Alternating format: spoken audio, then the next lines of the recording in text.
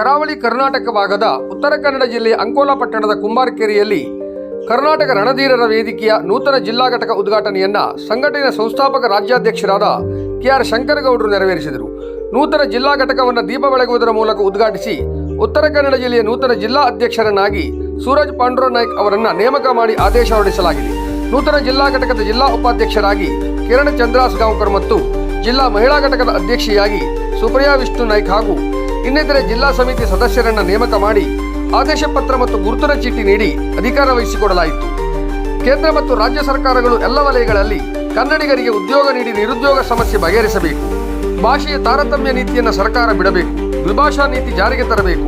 ರಸ್ತೆ ಸುಂಕ ವಸೂಲಾತಿ ಕೇಂದ್ರಗಳನ್ನು ತೆರವು ಮಾಡಬೇಕು. ಕಾರಣ ಲಕ್ಷಾಂತರ ರೂಪಾಯಿಗಳ ತೆರಿಗೆ ಕಟ್ಟಿದ್ದೇವೆ. ಜಾತಿ ಮತ್ತು ಧರ್ಮಗಳ ತಾರತಮ್ಯ ತೊಲಗಿ ಸಹಬಾಳ್ವೆ ಸಮಾನತೆಯನ್ನು ಒಪ್ಪಿಕೊಳ್ಳುವ ಸಮಾಜವನ್ನು ನಿರ್ಮಾಣ ಮಾಡಬೇಕು.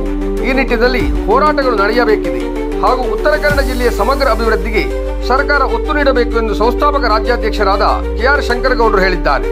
ನೂತನವಾಗಿ ಆಯ್ಕೆಯಾದ ಸೂರಜ್ ಪಾಂಡುರಂಗನಾಯ್ಕ ಅವರು ಇದೇ ಸಂದರ್ಭದಲ್ಲಿ ಮಾತನಾಡಿ, ಮುಂದಿನ ದಿನಗಳಲ್ಲಿ ಉತ್ತರ ಕನ್ನಡ ಜಿಲ್ಲಾ ವಿಭಾಗದಲ್ಲಿ 11 ತಾಲೂಕುಗಳನ್ನು ಒಳಗೊಂಡಂತೆ ಜಿಲ್ಲಾ ಘಟಕವನ್ನು ಬಲಿಷ್ಠವಾಗಿ ಸಂಘಟಿಸುವುದರ ಜೊತೆಗೆ ನೊಂದವರ ಧ್ವನಿಯಾಗಿ ಬಡವರ ಬೆಂಬಲಿಗರಾಗಿ ಭ್ರಷ್ಟರನ್ನು ಮಟ್ಟ ಹಾಕುವ ನಿಟ್ಟಿನಲ್ಲಿ ದೊಡ್ಡ ಮಟ್ಟಕ್ಕೆ ಹೋರಾಟ ಮಾಡುವ ಕೆಲಸವನ್ನು ನಾವು ಮಾಡುತ್ತೇವೆ ಎಂದರು. ಈ ಸಂದರ್ಭದಲ್ಲಿ ಕರ್ನಾಟಕ ರಣಧೀರರ ವೇದಿಕೆಯ ರಾಜ್ಯ ಸಾಮಾಜಿಕ ಜಾಲತಾಣ ಘಟಕದ ಅಧ್ಯಕ್ಷ ಭೈರವ್, ಪ್ರಧಾನ ಕಾರ್ಯದರ್ಶಿ ಮಹೇಶ್ ಜಿ ಗೌಡ, ಕರಾವಳಿ ಕರ್ನಾಟಕ ಅಧ್ಯಕ್ಷ ಕುಮಾರ್ ನಾಯ್ಕ್, ನೆಲಮಂಗಲ ತಾಲೂಕಾ ಘಟಕದ ಅಧ್ಯಕ್ಷ ಮೂರ್ತಿ, ಕೊರಟಗೆರೆ ತಾಲೂಕು ಘಟಕದ ಅಧ್ಯಕ್ಷ ಮಂಜುಸ್ವಾಮಿ, ನೆಲಮಂಗಲ ಜಂಟಿ ಕಾರ್ಯದರ್ಶಿ ರಮೇಶ್, ಉತ್ತರ ಕನ್ನಡ ಜಿಲ್ಲೆಯ ಜಿಲ್ಲಾ ಸಮಿತಿ ಸದಸ್ಯರಾದ ಐಶ್ವರ್ಯ, ವಿವೇಕ್, ಹರೀಶ್, ರಘುನಾಥ್, ದಿಲೀಪ್, ಮಹೇಶ್, ಸುಭಾಷ್, ಉದಯ್, ರವಿ ಮುಂತಾದವರು ಉಪಸ್ಥಿತರಿದ್ದರು.